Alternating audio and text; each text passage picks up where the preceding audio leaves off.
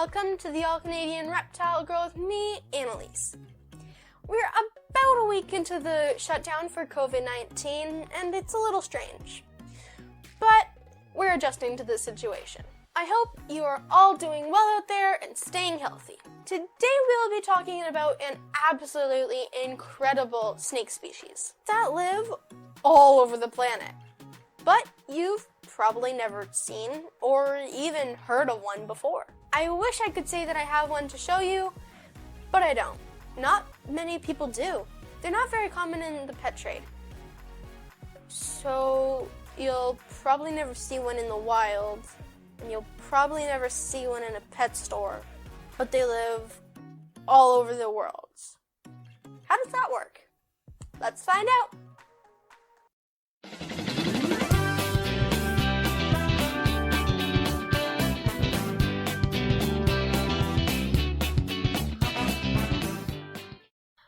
Okay, because I don't have one of these guys to physically show you, I thought you might enjoy watching Agatha take her daily bath and have a little bit of lunch while I work. Multitasking! Plop! Oh, you're so cute. Hi.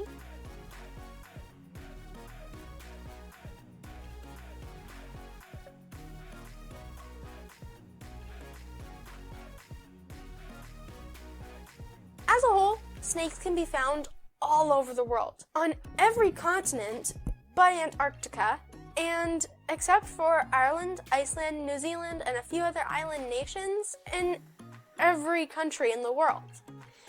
But most families or species of snakes tend to be contained in the areas where they best thrive.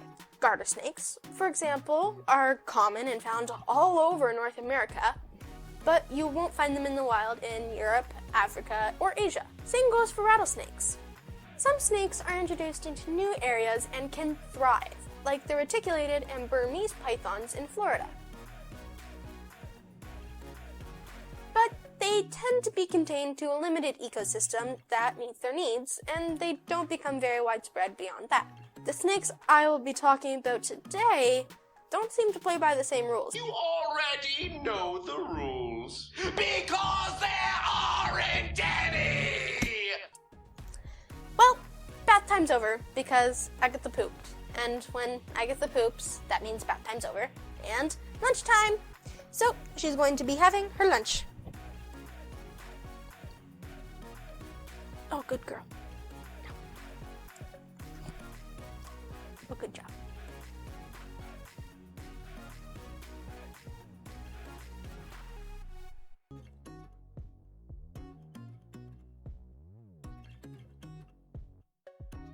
Alright, back to the rest of the video. This species was originally from Africa and Asia, and have made their way across the entire world, and can be found in over 100 countries on every continent except, of course, Antarctica. They prefer tropical climate, but can survive northern climates too, being found as far north as Massachusetts, which is farther north than where I live in Ontario. So, who are these wonderful world travelers? Let's meet the Brahminy Blind Snake. Impressive, eh? Maybe this will put her in perspective. Nah, she's so cute. The Brahminy Blind Snake is a teeny, non-venomous snake species that is completely fossorial, meaning that they live underground.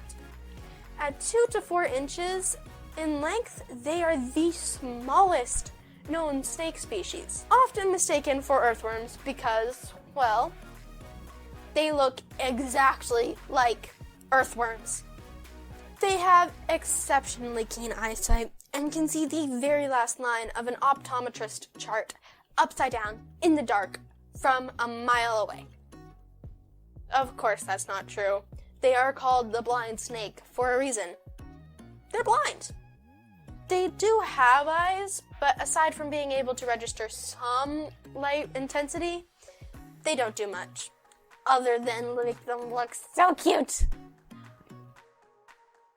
Alright, they're tiny and live underground, so they can't wander huge ranges or swim across oceans. They aren't in the pet trade, so they didn't get introduced into new areas that way.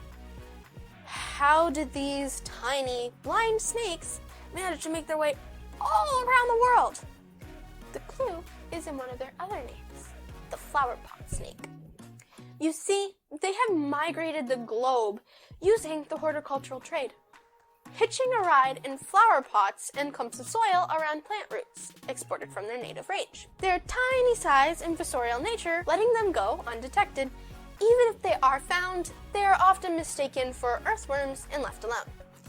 Unlike many invasive species, these guys are actually pretty helpful, eating mostly termites and ants, as well as grubs and other insects that would be considered pests. They're also one of the few snake species that don't eat their food whole, often biting their prey into little, and I mean little, bite-sized pieces. They are extremely hardy, like most snakes, and can survive extended periods of time without food. They're able to tolerate some pretty hostile environments. Scientists once even found one living inside of a toad's butt. Let me say that again. This snake made its home inside the butt of a toad. Not feeding on the toad like a parasite, just decided it was a good place to hide and just moved right on in. I picture a little hot plate in the corner, maybe a throw pillow or two, just a few homey touches. What do you think? Obviously, I think that these guys are really cool, but I haven't even told you the most amazing thing about these snakes. It's another reason why they're able to establish populations all over the globe. It's girl power.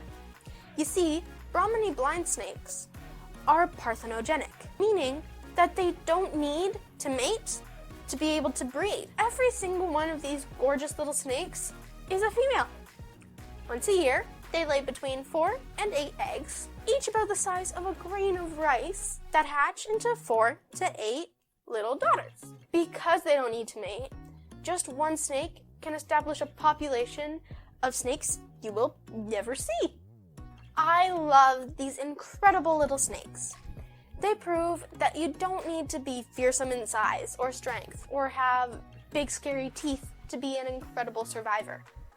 I hope you enjoyed learning a bit about these adorable little dirt noodles. They are a great example of how snakes have adapted strategies to survive in ways that are just so different from us super evolved mammals. Thanks for watching me, the All Canadian Reptile Girl, and Agatha here. Please don't forget to check out my other videos and my Instagram, and as always, please like, share, comment, and subscribe, and remember, nurture all nature. See you next time. Bye. She's stuck. You can do it. You can do it. Almost there. I'll help you. Yay! You did it. Don't fall off the table.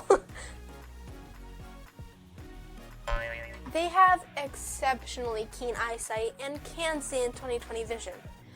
But they don't, because they don't want to make a spectacle of themselves. They have exceptionally keen eyesight and can see things we can't, like sees into a firefly. They don't see very well, but that's okay, because their New Year's resolution for this year was to have 20/20 vision.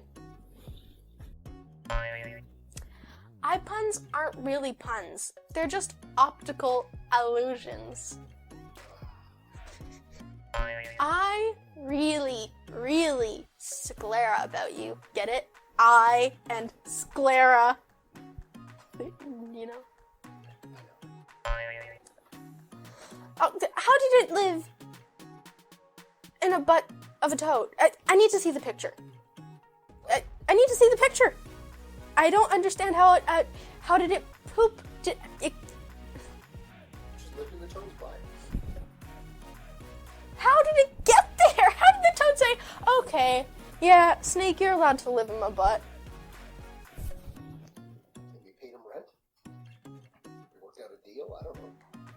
you get a housefly from me that I will catch for you while I'm out hunting for termites. How did it eat? Did it go out? Did it say to the toad, hey, wait here, you're my home, I'm just gonna go eat, and then come back and live in the toad's butt again? Yeah, that's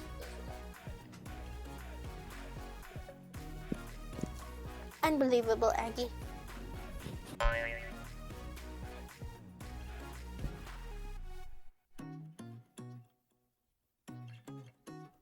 No. Just no. No. Mm-mm.